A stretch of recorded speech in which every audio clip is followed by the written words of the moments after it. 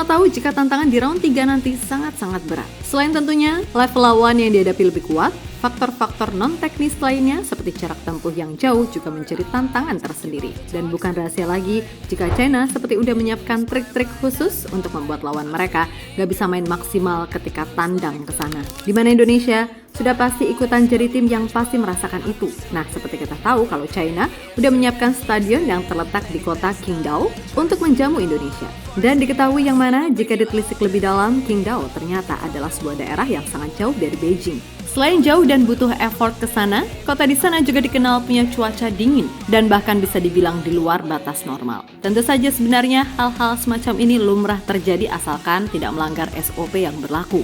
Namun sepertinya China ini lupa kalau Indonesia sekarang punya sosok Erick Thohir yang di dunia sepak bola gak usah diragukan lagi pengalamannya. Dan seolah sadar akan hal itu, negara-negara di ASEAN seperti Malaysia, Vietnam, dan Thailand coba untuk memberikan peringatan kepada China untuk tak menyepelekan sosok ketua PSSI yang satu ini. Karena di satu sisi Pak Erick sendiri menegaskan kalau ia gak akan segan-segan memberikan pembalasan lebih kepada China atas apa yang akan mereka lakukan ke timnas Indonesia.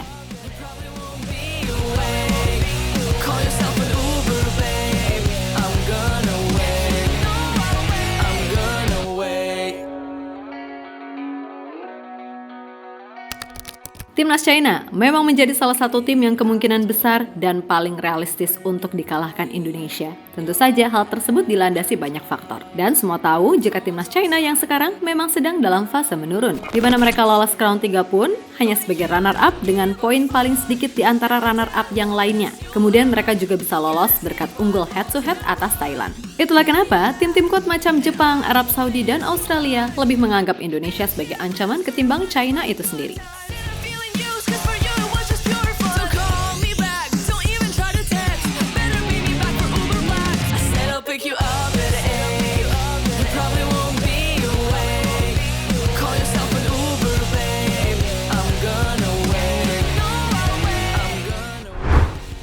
Yap, sadar akan kekuatan mereka yang memang segini aja membuat pihak federasi pun mencoba berbagai cara paling tidak untuk bisa mengamankan laga kandang yang dijalani. Dan siasat pun disusun, yang mana salah satunya adalah taktik membuat tim tamu gak nyaman. Nah, salah satu caranya adalah dengan menyiapkan stadion-stadion yang letaknya jauh atau memilih tempat yang pokoknya dibuat agar tim tamu merasa terintimidasi. Yap, dari semua itu tentu saja Indonesia juga akan merasakan imbasnya. Sebab seperti berita yang udah-udah, kalau China memang akan menyiapkan stadion yang jaraknya ampun deh, super jauh, yakni Qingdao Youth Football Stadium yang terletak di kota Qingdao. Dan pembahasan seputar stadion ini udah kami bahas sebelumnya di video berikut ini. Jadi bisa kalian lihat sendiri, oke? Yap, intinya mulai dari jarak tempuh, akses perjalanan, sampai suhu di sana benar-benar sangat menyulitkan timnas Indonesia. Meskipun nantinya pemain Indonesia ini mayoritas dari Eropa, tapi jelas suhu di kota Qingdao dirasa akan jauh lebih dingin. Sehingga itulah yang mungkin coba dimanfaatkan China untuk bisa menang melawan Indonesia. Karena media di sana pun juga ragu gitu loh. Seperti yang pernah diutarakan media 163.com, kalau China akan benar-benar sulit melawan Indonesia selama tim Garuda diisi para pemain naturalisasi. Jadi wajar jika China benar-benar akan melakukan segalanya agar bisa menang.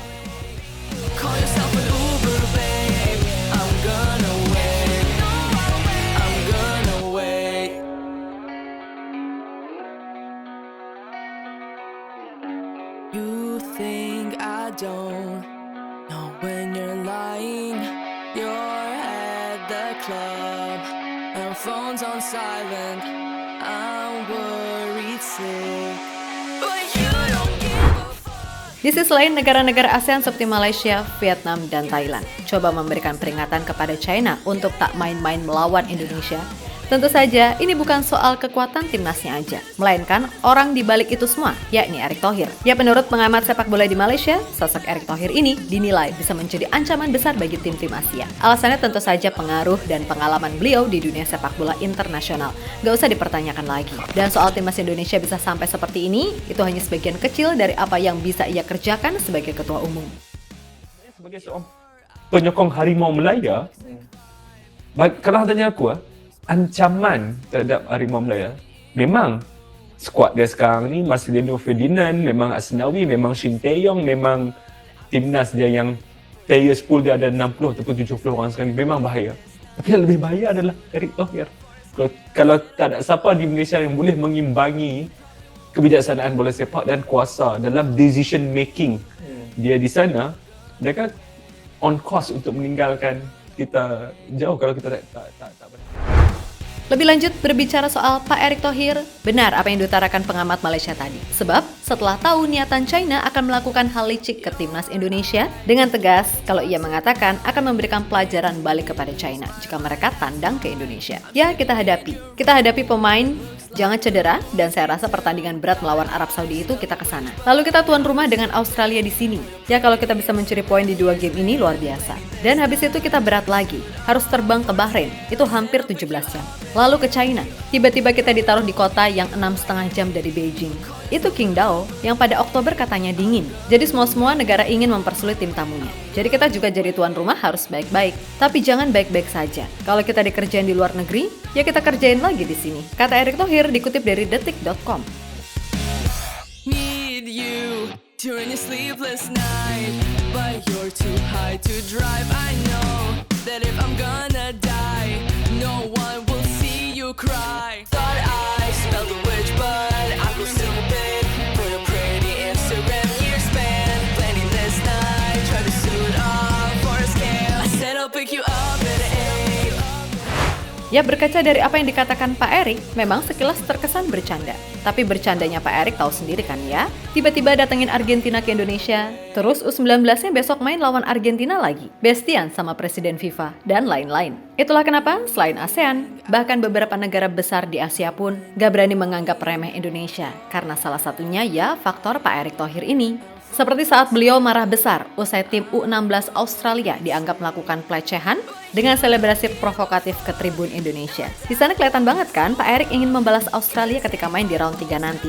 Itulah kenapa legenda mereka yakni Tim Cahill mewanti-wanti semua elemen timnas Australia buat waspada. Begitu pula Roberto Mancini selaku pelatih Arab Saudi serta Hajime Moriyasu selaku pelatih timnas Jepang.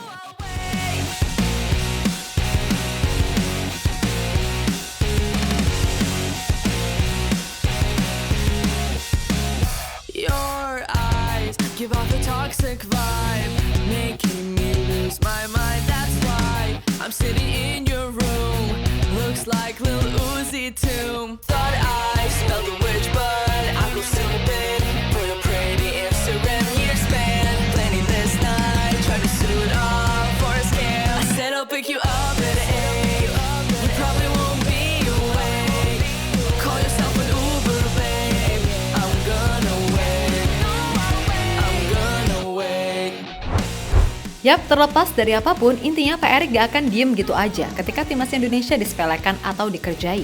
Dan merujuk pada reaksi netizen, banyak yang menyarankan kalau saat menjamu China, mainnya di Papua sekalian aja deh yang jauh. Tapi kalau dipikir-pikir, itu juga akan merugikan pemain timnas Indonesia. Karena jangan lupa, pemain kita juga habis OTW jauh dari Eropa. Jangan sampai blunder pas lawan Irak, yang mana minta main sore, biar lawan kepanasan, malah pemain kita sendiri yang juga kena imbasnya. Atau beragam komentar lucu dari netizen berikut ini. You probably won't be awake. Call yourself an Uber, babe. I'm gonna wait. I'm gonna wait.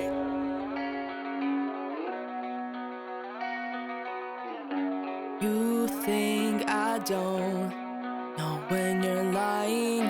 You're at the club and phones on. Nah gimana? Kira-kira mana nih yang paling kocak?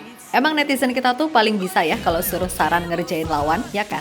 Tapi yang pasti, apapun situasinya nanti di laga tandang, entah itu lawan China atau tim lainnya, pasukan Garuda nggak boleh jiper dan harus masuk lapangan dengan mindset menang. Tentu saja sembari menunggu itu, mari sama-sama berdoa aja. Semoga di sisa waktu yang tinggal 1 bulan lagi, Indonesia udah bisa dapat pemain diaspora baru yang levelnya udah grade A. Atau minimalnya Martin Paes dulu lah dikelarin. Pokoknya kita semua berharap yang terbaik untuk timnas Indonesia. Dan soal China, ya udah tunggu aja kejutan dari Pak Erick Thohir. Oke? Tahu kan beliau gimana? Kalau udah mengucap, ya berarti itu bukan omong kosong.